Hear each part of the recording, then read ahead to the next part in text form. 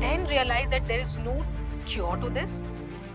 There was no affordable treatment to this, because I used to take weekly injections that used to cost me 7,000 per week per injection. And I was told by my neurologist that I have to take these injections for the rest of my life.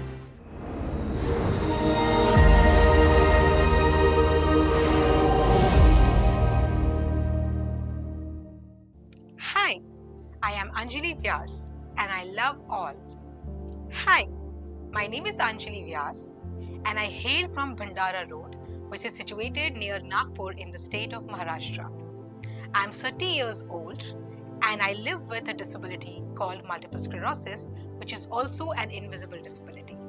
So I'm a chemical engineer by qualification, and I remember it was my final year of engineering, and I was just about to appear in the final semester of my engineering.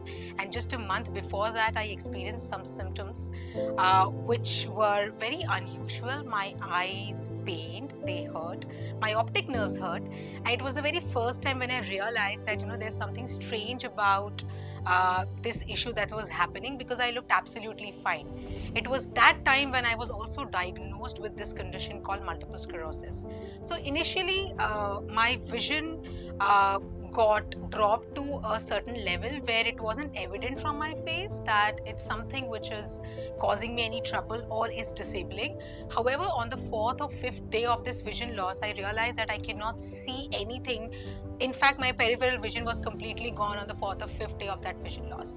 That's when that was the time when I went to the neurologist, first to the ophthalmologist, where even he was not understanding what's going on. He just put me on some oral medications, some other eye drops, and despite taking those medications, there was no improvement in my vision. And when on the sixth or seventh day I was trying to cross the road with my friends, I could not see the truck coming by. And it was that moment when I got scared. My friends pulled me back and they literally yelled at me, can't you see? There was a truck coming by. And I said, no, I cannot. That was the time when I realized that my peripheral vision is gone. And it was too scary for me. I went for another follow-up with my ophthalm, and even he couldn't understand. But thankfully, he referred me to a specialist who was very well aware of these conditions already. And that's when I was put in touch with a neurologist, and my diagnosis of multiple sclerosis came through in one month's time. Uh, as I mentioned, I was just 1 month away from taking my final exam. This period was quite challenging for me to even appear in the exam, because I had lost a month's attendance.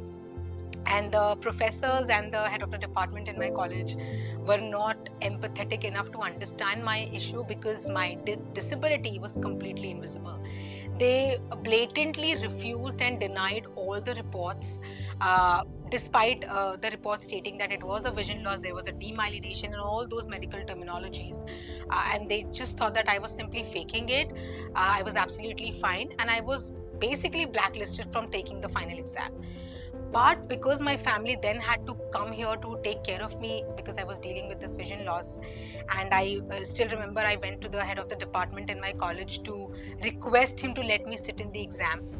It was that very time when even the head of the department was very rude. He didn't even ask us to sit, and simply refused to believe me, even if we had documents when my mother pleaded before him. And that was the very first challenge that I had to face right from my diagnosis, and when I was pursuing my education, the very chemical engineering, which was going to be my career choice going ahead.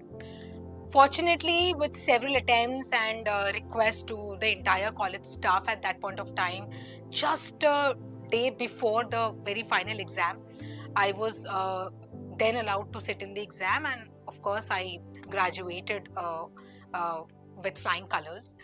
But because my diagnosis was so rare, it was something which is a jargon. It is still a jargon to my family. It was a tongue twister, multiple sclerosis.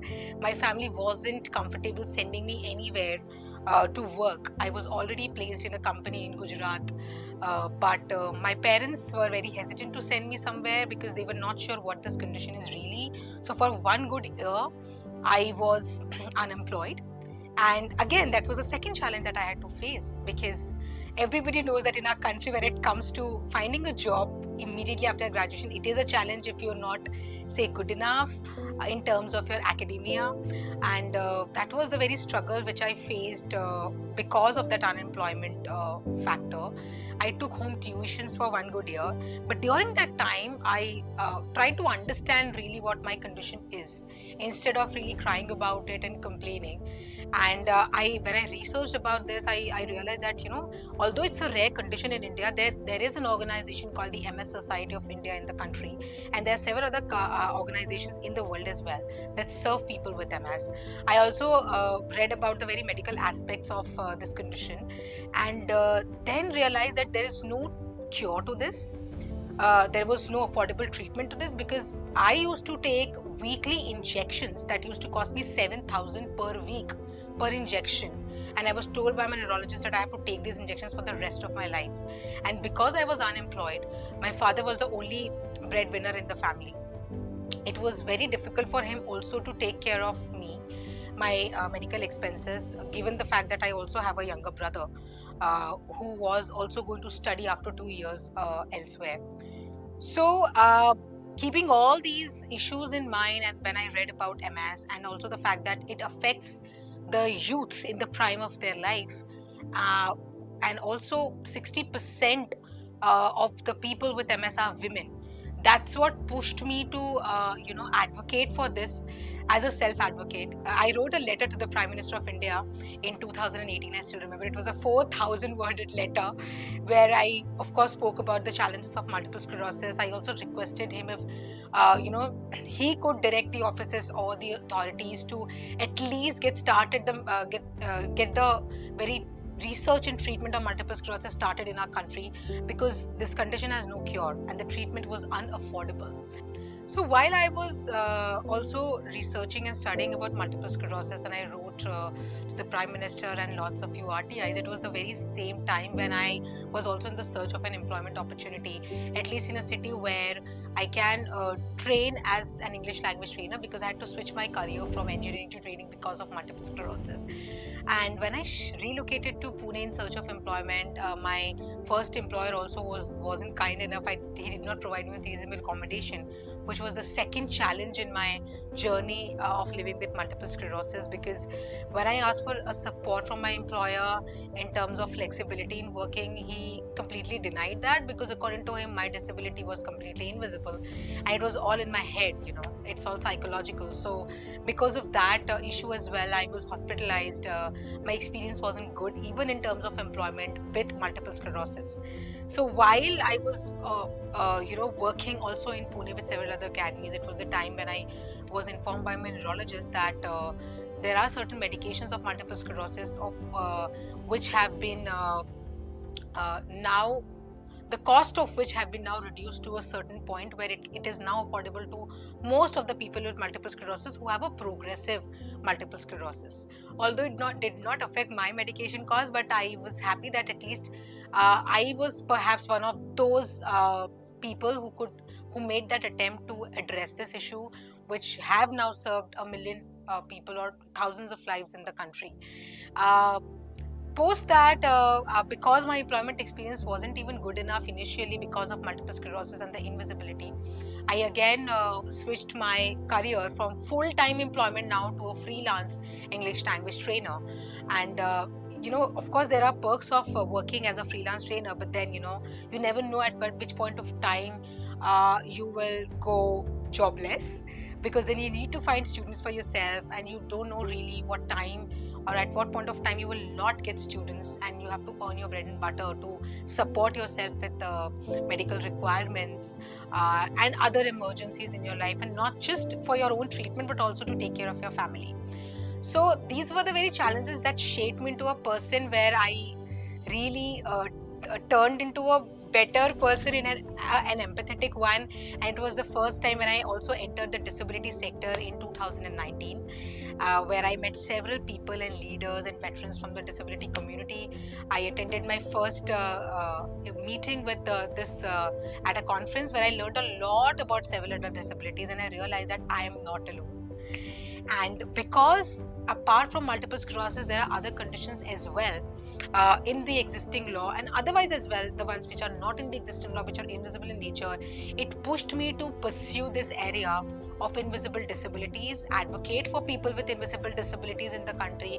And that was the time when in 2022, I also ran a campaign with two other friends of mine called Believe in the Invisible. It was a social media campaign just for a week where we invited stories of people with invisible disabilities and just wanted to talk about it, because we realized that there's no such platform where people only dedicatedly talk on invisible disabilities. And we thought that it's the need of the hour that people speak. And because it was just a week's campaign, we weren't expecting the very response which we got during that week.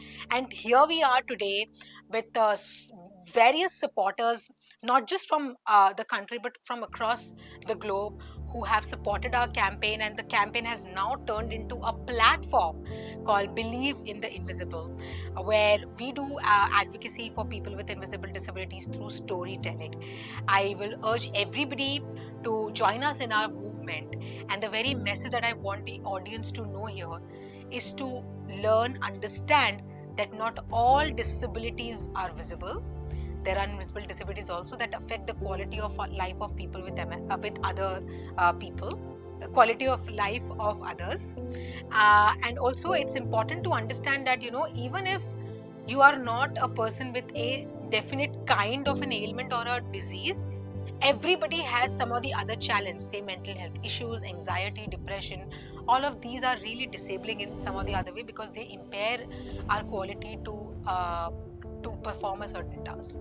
So, my message to the audience once again is to learn and unlearn concepts and myths around disabilities and to believe in the invisible. So, if you also feel that you're a person with an invisible disabilities, you can reach out to us on our platform called Believe in the Invisible, which is available on LinkedIn and on Instagram. I would also like to just put a word of caution that we are no medical experts, but we would be happy to help you or provide you with any information or a resource for you to connect to a better person or an expert to get your challenges addressed. However, if you're a person with multiple sclerosis and if you need any help or assistance in terms of understanding this condition, you can also reach out to the Multiple Sclerosis Society of India website called www.mssocietyindia.org and get help from the very community of the ones which serve people with MS in the country. Let's love all.